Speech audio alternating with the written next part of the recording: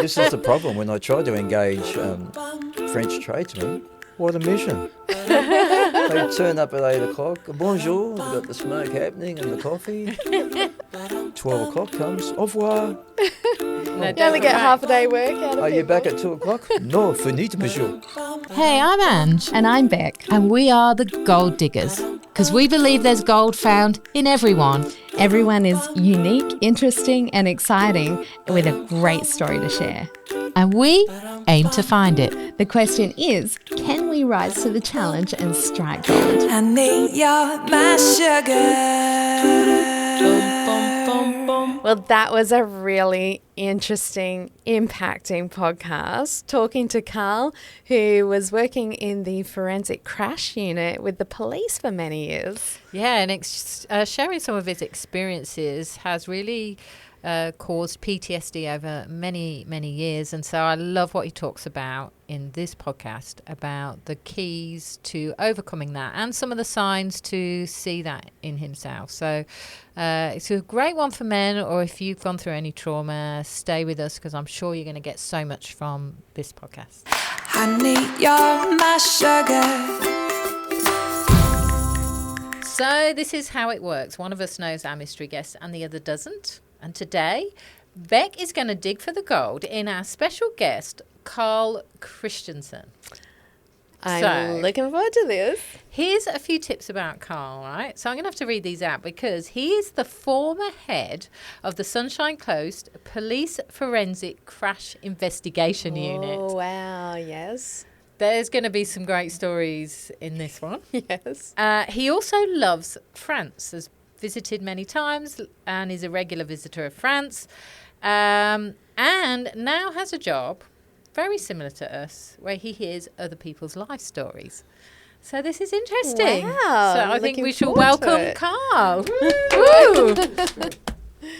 Welcome to the show, Carl. It's so great to have you in the studio. Thank you very much. And Pleasure to be here. It sounds like you've got some stories that are going to be very interesting. I'll try. Toe curling stories. I probably. know. Well, I love investigation shows, so this sounds like it might Are you be. like into those airline ones, the crash investigations? Sometimes, I yeah. get probably more fascinated by them. detective kind of shows. Yeah. Yeah, I love that. Colombo, maybe. Yeah. We've been watching, anyway, lots of English detective shows. So, and so you worked with the forensic crash unit on the Sunshine Coast. Is that correct? Yeah, I was a police officer for 26 years, having served in 2 states, Right. 14 years at Liverpool in Sydney's West. Yeah.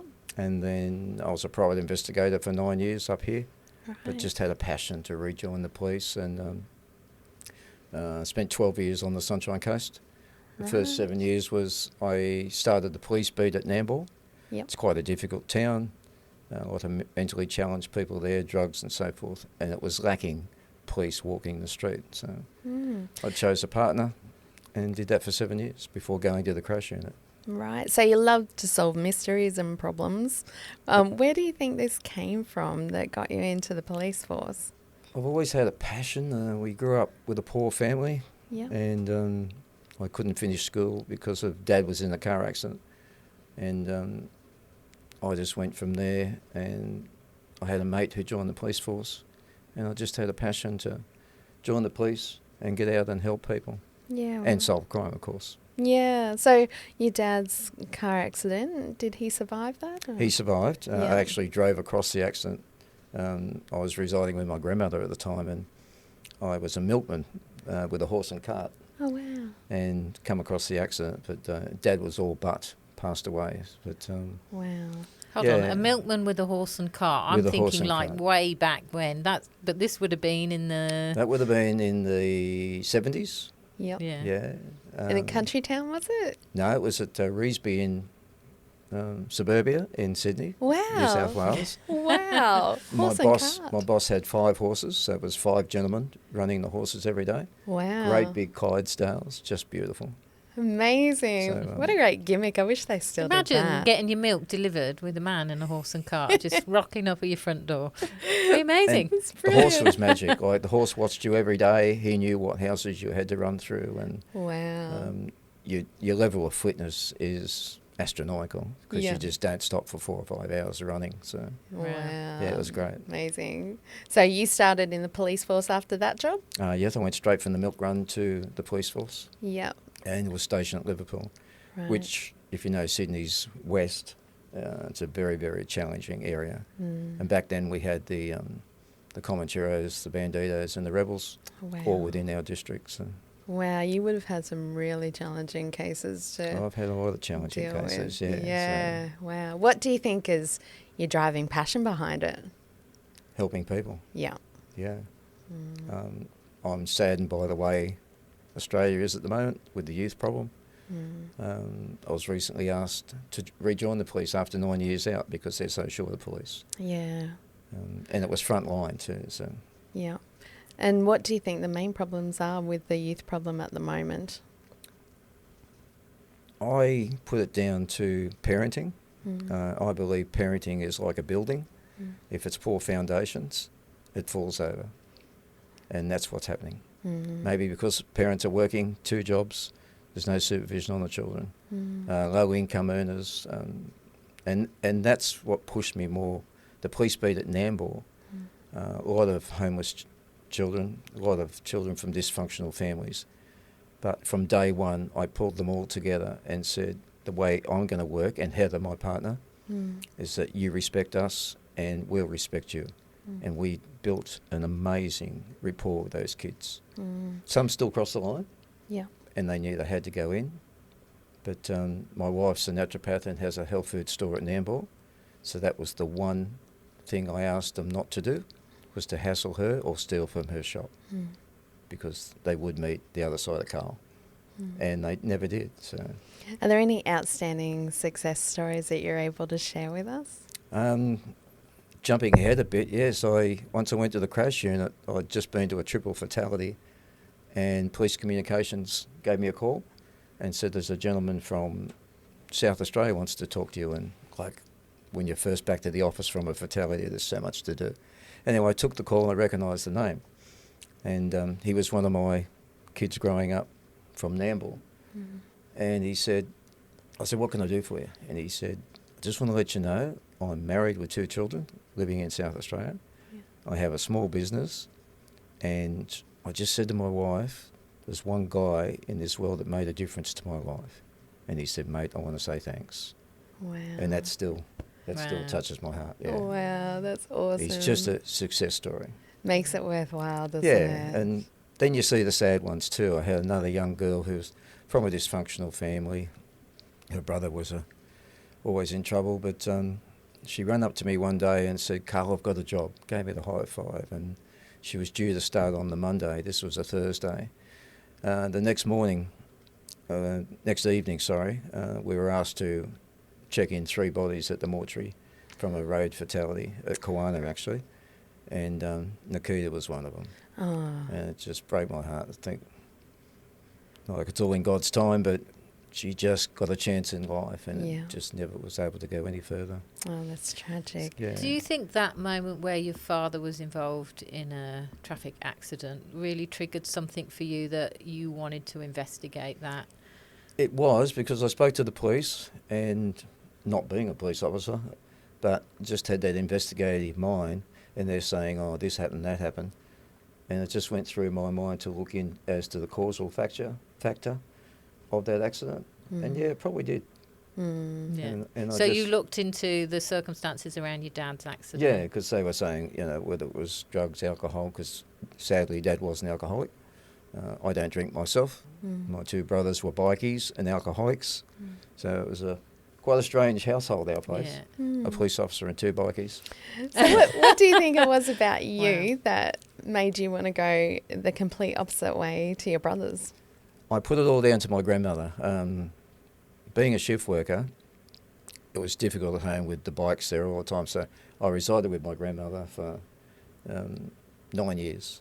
And she was hard and strict. And, I went through Sunday school and blah, blah, blah. And, yeah, she just gave me good life values. So So that set you on the course for... that set me on the course. Yeah. I was the eldest out of 5. And if there was a fight at home with the brothers or Mum would phone me, so I'd have to drive home and sort it out. She called the police in. Call the police. So I think good old Granny was the head start of everything. Yeah. So you're never really intimidated by violence then, or the thought of violence going into the police force? Not really. Not that you use it, but it's handy to know. I'm trained in martial arts. And I've been through a lot of violent situations in Liverpool, in Sydney. Not as much as Nambour, but Sydney's West back in the 80s, we're talking the Roger Rogerson days, so it was pretty full on. All my top teeth are titanium implants. I was up at the Bathurst bike races working and went out to assist an inspector. Wrong call by him, but I got knocked out from behind, and then they just laid the boot in and broke all my jaw. Oh my goodness. So it was 4 years of dental work. Wow. Do you say your at-home persona, can you relax when you're not at work and then just put your police hat on when you go to work? I don't relax. No. We reside in a cul-de-sac locally, and I'm the go-to person. Right. So you're always on alert? Not alert, but there to help. Yeah. A neighbour phoned me the other day at 12:30 at night. There was a motorbike parked in her driveway. And so I went out and questioned the guy straight up. Yeah. And turns out it was a legitimate Uber driver. Yeah. And he was just checking his phone. But from my line of questioning and my advice to him, I don't think he'll come back. Yeah. So He got the message. I'll leave it at that, No loitering. He got the message, yeah. But are there also risks to you and your family, the fact that you're in the police service? Because not everyone looks favourably on that, do they? No, a lot of police, if you go to functions, I've always found over my 26 years, it could be a party, it could be a wedding, it could be everything. And once people get to know you, you would never volunteer that you're a police officer, unless they knew, of course. Yeah. Because all you heard about was the speeding fines that they'd received, or they totally ignored you. Yeah. So there is that element. Best not tell you about my speeding fines then. What speeding fines? I may have I've a few. had one. Well, you even get them yourself. I'm so encouraged to hear that. 66 in the 60s. Oh, so close. Yeah, so close. No, Yeah. but my son was fined for a similar speed, Yeah.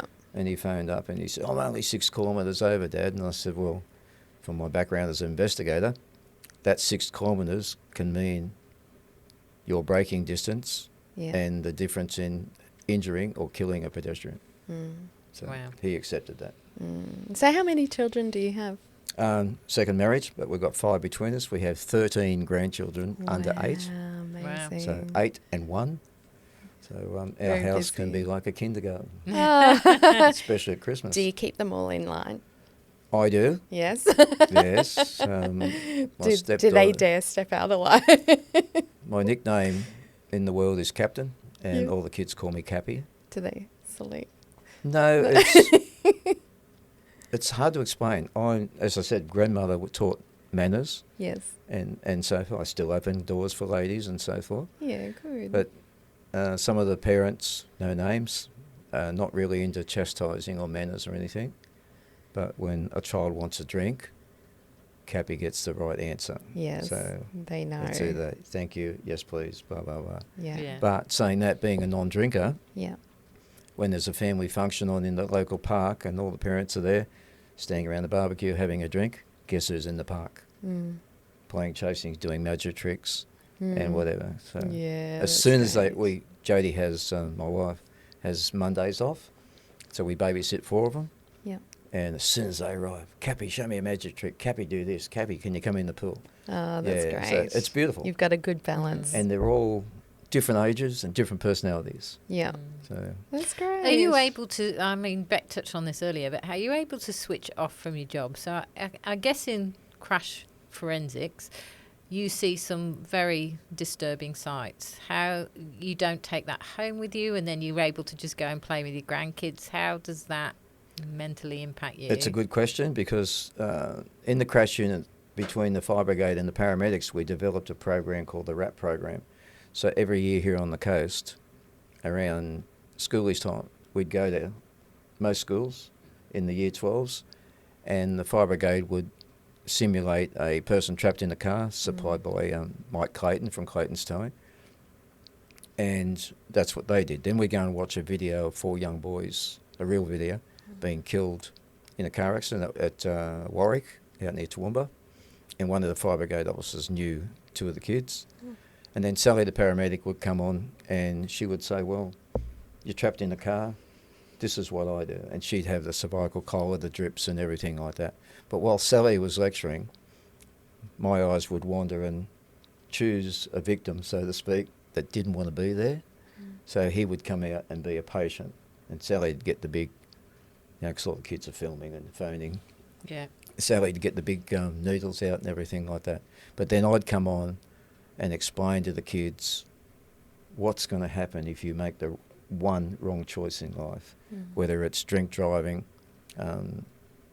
drugs, manner of driving, mobile phones these days. And yeah, if you kill someone or maim someone, you will be incarcerated. My kids have all been through that course in high school, and I was really grateful for it because I think teenagers have this unrealistic view of the world, don't they? They don't think it's going to happen to them. Yeah, so I think I know the first of my children who went through it, she came home and said, wow, Mum, that was so confronting, and it kind of shocked them. And I thought, it's great that you guys are providing this, I guess, shock factor to show them the realities and consequences of just not thinking Making through the wrong things. choice. Yeah, that's But it. coming back to your question, that grammar one day, a young guy said, oh, what type of things do you see? And I said, your brain is like a hard drive. Nothing is deleted. And that's true. And I said, I'm not going to put the images that I have in my head for 26 years of policing, because I was in the rescue squad in Sydney. And there's nothing I haven't seen when it comes to deceased people. So I said, I'm not going to put those. Oh, but how do you handle with it, he said. And I said, depending on the circumstances, I'll go home and cuddle my wife and have a good cry. And he was so shocked. I said, oh, is there a problem? He said, yeah, but you're a policeman. And I said, but I'm also a human being. If I didn't share my emotions, I'd be in a psychiatric ward. And it's a true story. Yeah, great. A lot of the public really don't know what policing's about. All they're worried about is the tickets and the fines, and domestic violence is terrible. But yeah, and that he came to me later and said, I never realised. I really love that, because you say to express the emotion, whereas I would have imagined that the training is, learning how to almost desensitise what you see, and then to make it more manageable in life. But you're saying the opposite, by the sound of it. Yeah, I was one that learnt to shed my emotions very quickly. I never gave my wife details of the incident that I'd been to, because she didn't need to know that. And she always knew if I'd arrive home and was quiet, that children had been involved. And that's the hardest thing. You're called out of bed at 3 a.m, and the senior sergeant who's at police comms, he's been awake all night, and he gives it to you hard and fast. This is what you're going to, Carl. And you pull up, and because all the deceased stay in place till my investigation's finished. So the paramedics don't take away deceased people. The fire brigade stand back in case there's a fire. The first responders keep it as a crime scene. And you could be there up to, the longest I had the road shut near Gympie for 9 hours. And so you're exposed to what you see for that 9 hours, as is your cameraman, the scenes of crime police. And yeah, like some of them, I've had to tell police women just to walk away because they're crying because of what they've seen. So you have to shed your emotions. And with PTSD, a person could go through one incident in life and that will affect them. So mine was a build-up of 26 years. Yeah, wow. So there's a lot there. So have you suffered PTSD? I suffered PTSD. Yeah. Again, I'd been to a fatality, came back to the office, and 2 of the gentlemen in the office, other squad members, it's quite ironic that we all worked in New South Wales Police and knew each other, and we all left separate times, but 20 years later, we're in the same office. Excuse me. Yeah, and my mate turned around and said, "Oh, you're all right, Captain?" And I just burst into tears. So it was just a build-up of all that, and went and saw the right people, and yeah, it's totally under control now. So I can drive around the coast and see all the crosses, which represent the deceased. I know who died there and how they died, but you don't reflect on it. That's a big reminder. Is there much training in the police force for PTSD and for how to deal with your emotions with these traumatic incidences? Again, without being judgmental and no meaning for disrespect, I'm going to say no. Okay. Yeah. Yeah. In basically, once you've got PTSD, yes, you're offered psychiatric counselling, and that's it. And as soon as you can go, the better. So, yeah, it's sad. Yeah, it almost feels like it should be part of training. It should be part of training. Yeah. But people are different. As I said, it comes back to your state of mind and your strengths. And the biggest thing that's got me through all my situation is my faith. Yeah. So how did you come about to find your faith?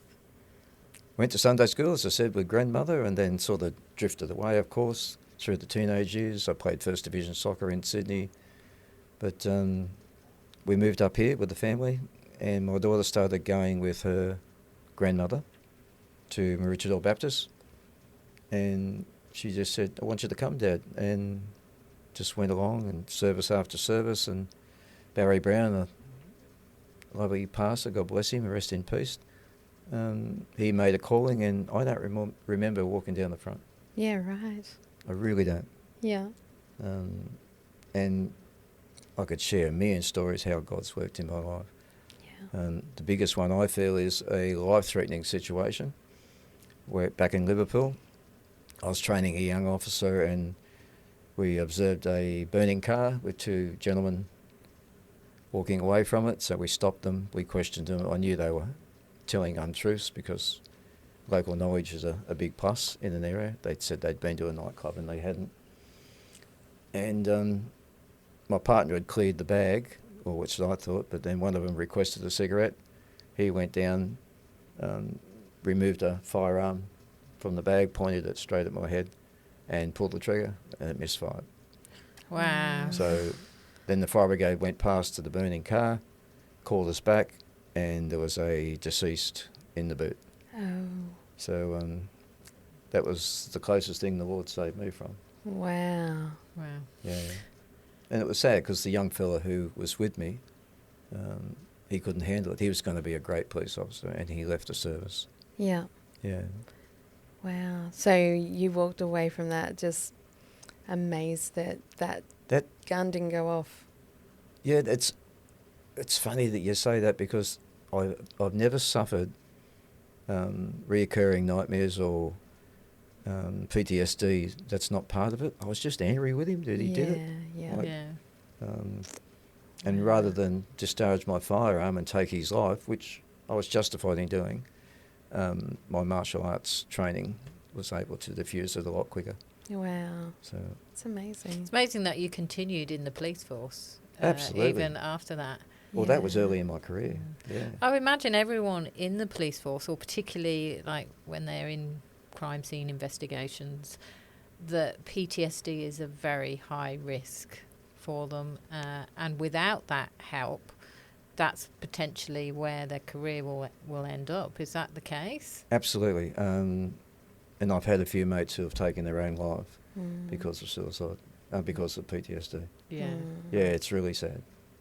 So we need to build more awareness around PTSD and the impact that can have. Yeah, it should be families introduced into the training. Yeah. And again, I love my career, and you shouldn't really put the service down, but they need to step up. And young constables now are burnt out in 3 or 4 years Yeah. in busy areas like Logan, Caboolture. You go back to Liverpool and Sydney. You know, like we had Granville back then. We had the bikie massacre at Milperra. Yeah, right. There was 7 killed there. Yeah. So Wow, it's really full on, isn't it? Do you find the parts of the job that you loved, do you think part of that was solving cases? And yeah, one sergeant called me in the crash unit, called me a ferret. Yeah. I just kept going. Is that a good thing? Well, I think they're tenacious. Is that well, I prefer captain, but he said you just keep going and keep going. And if I got time, a young girl gone out with a heap of other girls for the night, and a young fella gave her the car keys. He provided the alcohol and so forth, and she went round a roundabout, and no seatbelt or anything, no licence, and she was killed. Oh. Now, he decamped from the scene, and I understand at the age of 17 that shock set in to see his girlfriend killed. And poor old mum, all the other girls had gone home, so mum relaxed then, so she's home, but 3 hours later the police are knocking on the door saying, your daughter's deceased. Wow. So my theory was, well, if I find him in 4 days' time and he's got the same story, it's going to be a different story on what action I take. So he came in and that's exactly what he said. So I did some inquiries with police legal and charged him with manslaughter. Even though he was sitting in the back, you are not permitted to give your keys to another driver. And so the boys in the squad all took bets. Captain, you won't get this anywhere. And we got all the way to the Supreme Court. I didn't want the young man to go to jail, but I wanted people to learn that you can't give your keys to anyone. And the jury came back. The judge actually said, rely on the evidence of the senior constable. Don't come back with an emotional plea because he's so young. But they did. So he walked, but cost his parents a lot of money with legal fees. Yeah, and certainly would have been a wake-up call for him on a whole different level. And her mother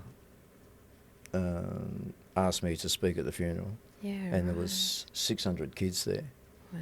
And there was a young guy sitting there with a sloppy Joe on and a hood, big boy. And I was basic just saying, in life, making the one wrong choice can be catastrophic.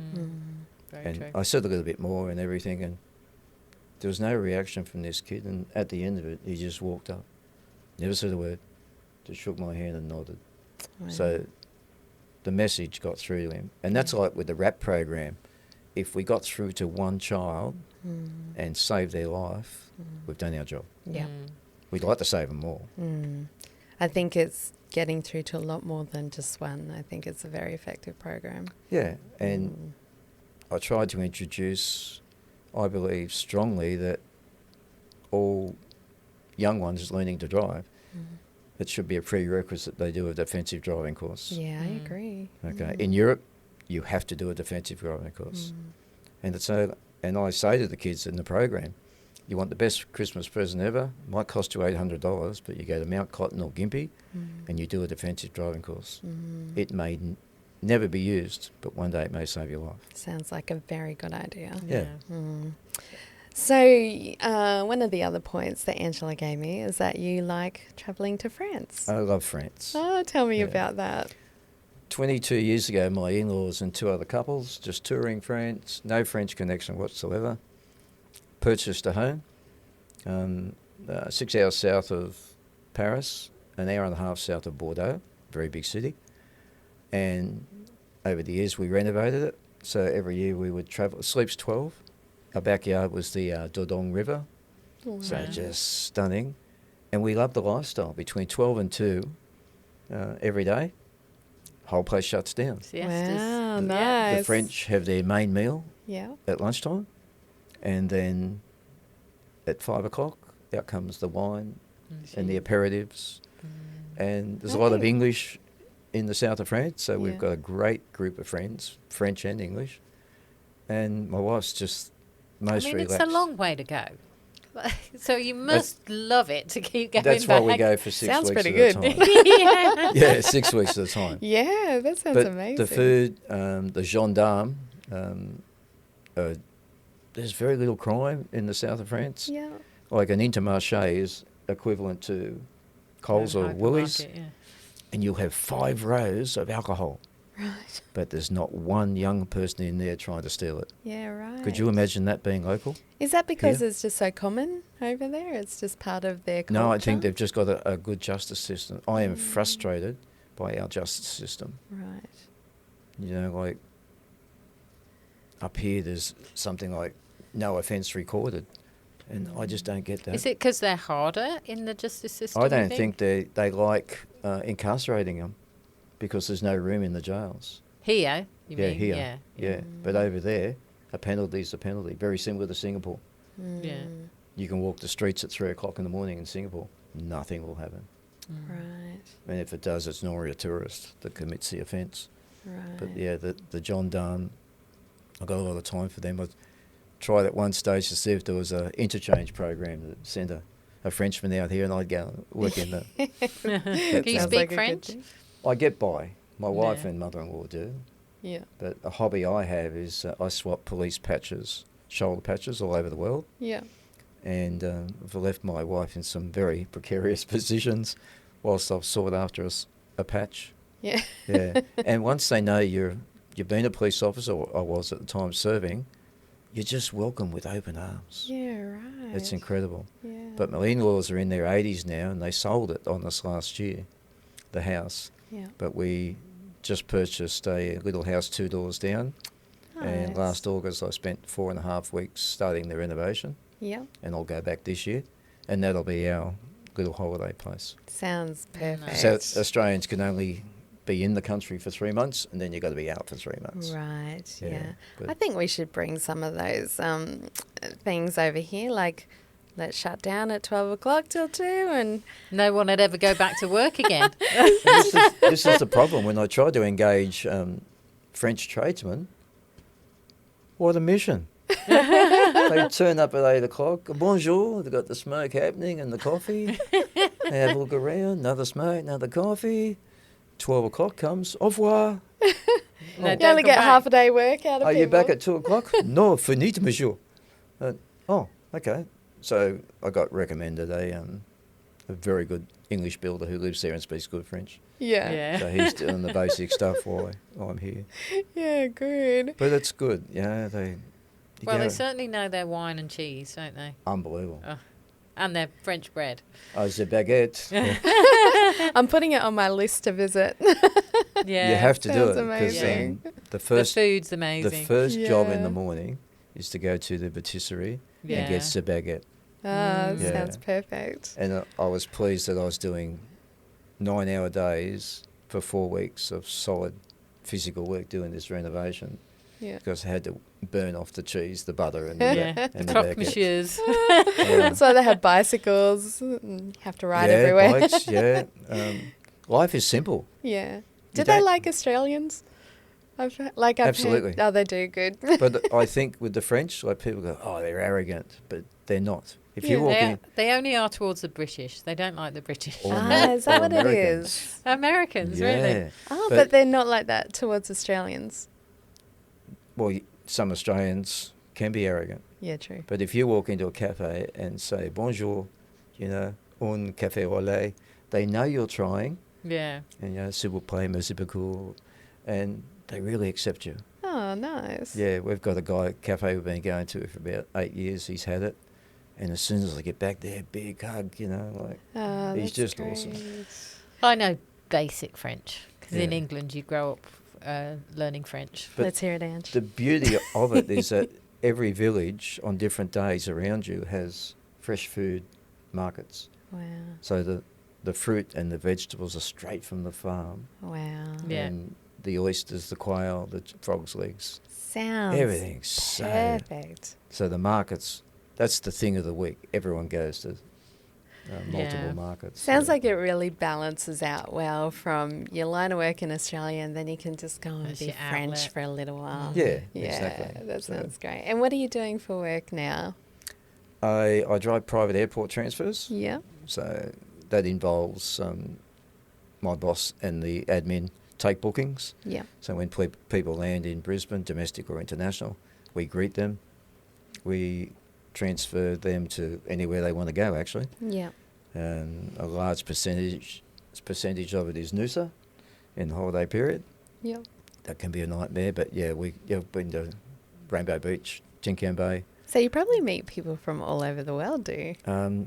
I meet some amazing people of Yeah. different cultures, and different occupations, and I love the stories. And then they pick my brains, Yeah. and we share. And it frustrates my boss sometimes because people want you back as a driver. Like, I'm not ringing my own bells, but They ask for you. they'll ring Jenny and say, can we have the captain? And Jenny goes, oh, well, you know, we don't encourage in that. And I can't see a problem with it. Yeah. And some people say, well, if it's not the captain, we're not coming with you. Yeah. Yeah. Because, again, I introduced my softness and the care for people. Yeah. So, like a quick incident, I had a mum and dad, 2 kids, been away 5 weeks the other week, picked them up from international. And I said to him on the way home, what are you going to do for breakfast? Obviously nothing in the fridge. He said, oh, I'll have to drag myself out of bed in the morning, you know. And it was about 20 to 9, and I pulled into the Coles at Sippy Downs. He said, oh, what are you doing, Carl? And I said, you got 20 minutes. Yeah. Go and do your groceries. They shut at 9. Oh, but what's that going to cost me? I said, nothing, mate. I'm done. Away you go. Nice. So you introduce it, you know, you get mums want to stop and breastfeed or change nappies or... Yeah. We use the same guy for our transfers to the international airport, and saw him last week because we'd just flown in from South Africa, and I was starving when I got off the plane, and it says in the back of his car, no food or drink. And he says, I'll make an exception for you. So he took me through the drive-through, which was awesome. That's what it's all about. You build a rapport with them. We have the Qantas contract. There's a lot of pilots and cabin crew reside on the Sunshine Coast. So, and they're on call. So they might get a call at 2 a.m. Right, you've got 4 hours to be at Brisbane Airport. You're going to Canada, Japan, South Africa, LA. And because I'm the non-drinker, guess who gets the call? But they love it, you know. Yeah. Or you pick them up, the pilot's just landed, and I know who wants to do what. Yeah. You know, okay, Steve, you're going to sleep, or we're going to talk. No, I might have a sleep, Carl. Yeah. Another South African pilot on the way down, I've got to stop at Glasshouse Mountains Coffee and get his latte with 1 sugar. Yeah. So you get to know them so personally. Yeah. And then they're going through separations and life difficulties.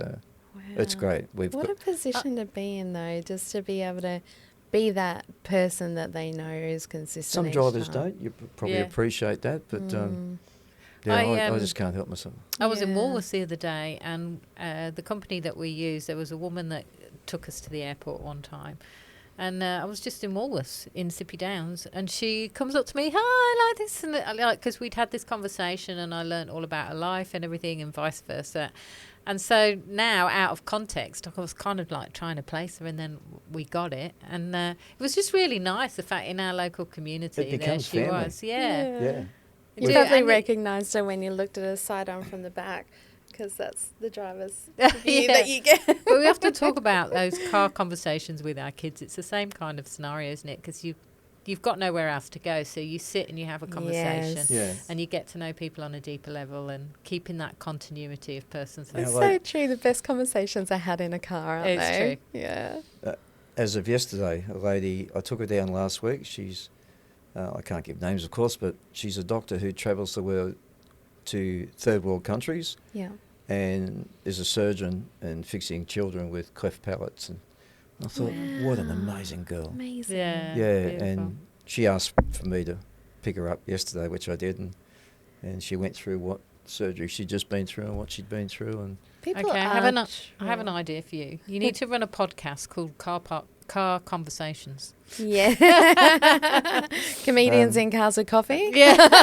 Something like that. That's a great idea. It might take off that one. with no names. Yes. But we've got several Australian Border Force patrol officers. Yeah. Now, they've got a tough job.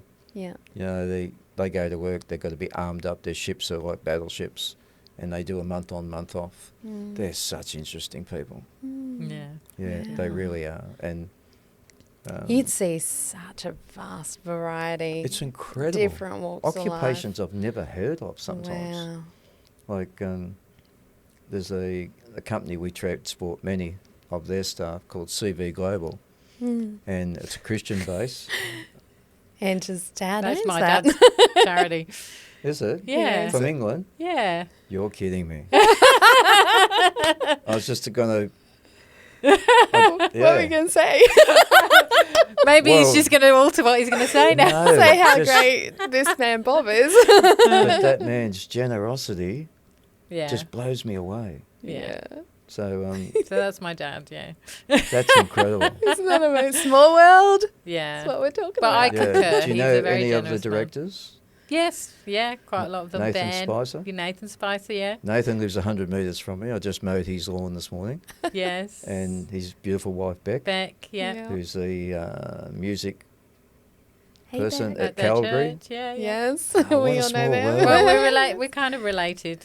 Yeah. To Nathan and But Becky. So please pass on my thank you to your dad. He's just amazing yeah, what he does for that Amazing. staff. And Yes, Yeah. yeah. I will definitely do that. yeah. But I'll make him Yes. listen to this podcast. It would be a good reason for him to tune in. they still get some benefits. Nathan, I dropped off 3 weeks ago. Beck tells me this morning he's back on Monday, but he did get some time for skiing in Switzerland. Yes, I saw that. I will Excellent. follow Oh, him. did you? Yeah, okay. Nice. Oh, what a small world. Yeah. Yeah, there you go. Amazing. but- So, Carl, you would have seen a lot of death through your time in the forensic crash unit. How did you cope with that or deal with that?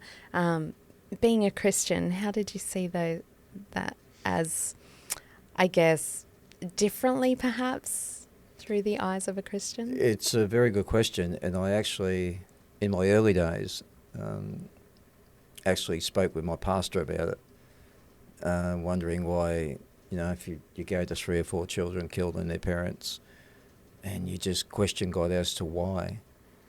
And he explained to me that I'd been put in a position for a reason, and it's not God doing it, it's the world. And just prayer to the Lord, asking for strength and just compassion for these people. And that was something, it's hard for police because if they've been to a fatality after work, they might get together and have a few drinks. Whereas my boss said to me, you get too close to people. But I'd still stay and talk to the guys and have a debrief, but it was always my way of dealing with was to help the family. Deal with their grief, go through the coronial, go through the criminal proceedings.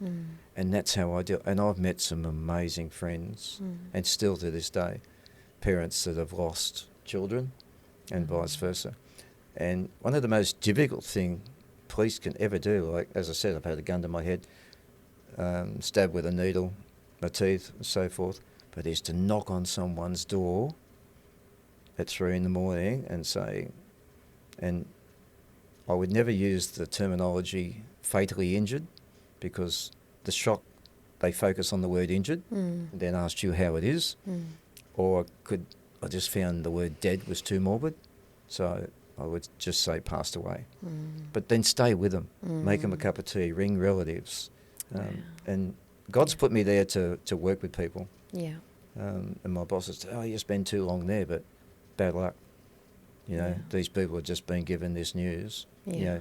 Go to neighbours. Sometimes you've got to be careful there because the neighbours are very close to the deceased and they go into shock. Yeah, yeah. Yeah. And I have been spat on, I've been punched, I've been called a liar. But that's just a reaction to the message I've just delivered. Wow. Yeah, it's...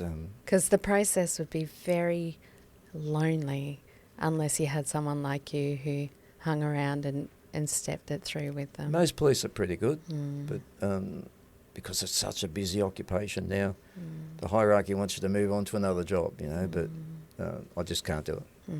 Yeah, and sadly, one of our drivers, 3 weeks ago, went to bed, had an early start, kissed his wife goodnight. She went in an hour and a half later and he was passed away. Oh, wow. Just turned 50. Oh, wow. Oh, wow. So... you just never know when. And again, like, I knew Melissa not that well, but she asked me, and my boss asked me to speak at the funeral on behalf of the company and us as drivers, because she's such a good guy. And I just said, wasn't a Christian-based service, but so be it, but I just said we're created in this world and we live day by day not knowing when God's going to call us home, and that was taken too early. So, yeah, that's my faith has got me through everything. Yeah. But I have questioned the Lord, and I shouldn't. on many occasions where just so sad what we see. I guess it would give you this sense of making life matter and making life count, because you see how fragile it is in your everyday, that it gives you a different perspective on what matters in life.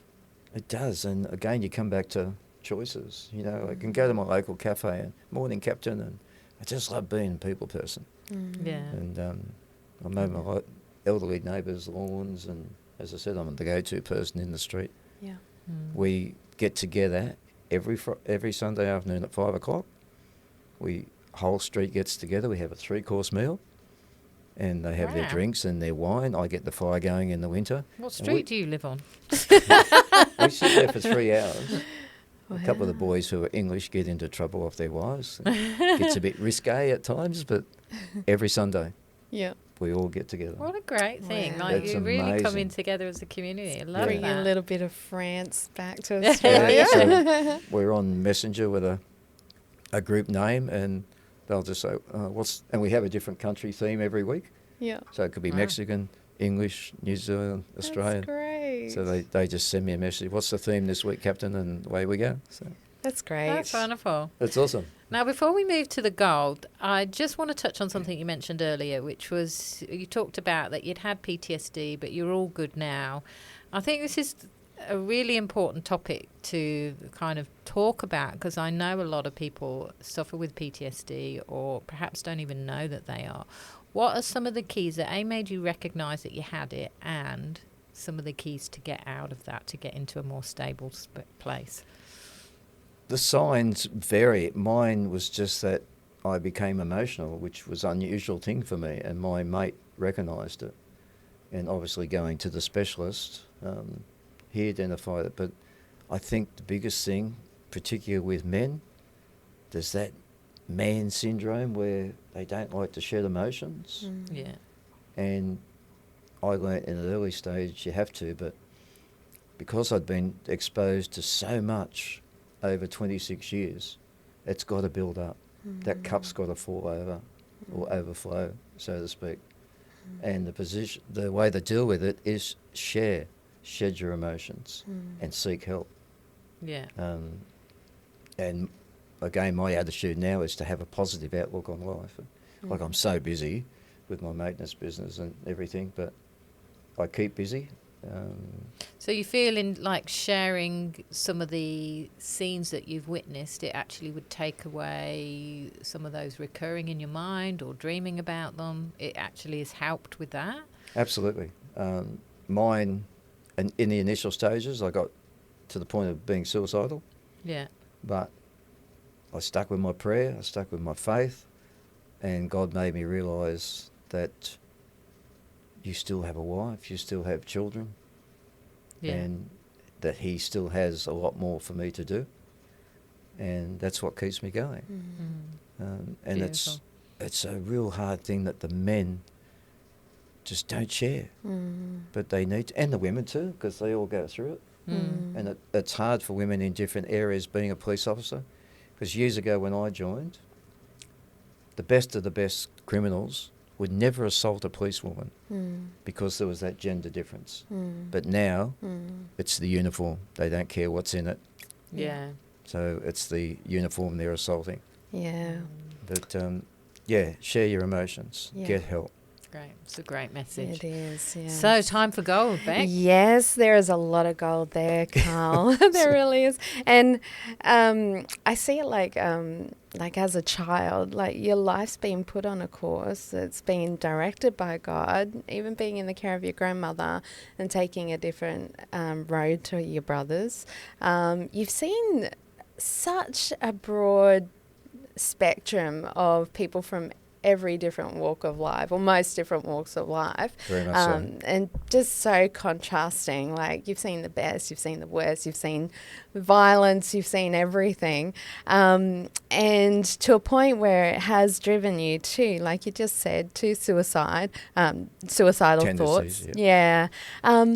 But your faith has kept your heart soft, and you've come through these moments, and to a point where you've actually, instead of growing a hardened heart from what you've seen, your heart has remains, or it has become probably even softer because your love for people, which began your road into serving the community as a police officer, is probably, from what I can see, even more so now in what you're doing, and caring for people and listening to the stories in the driving, meeting so many more people.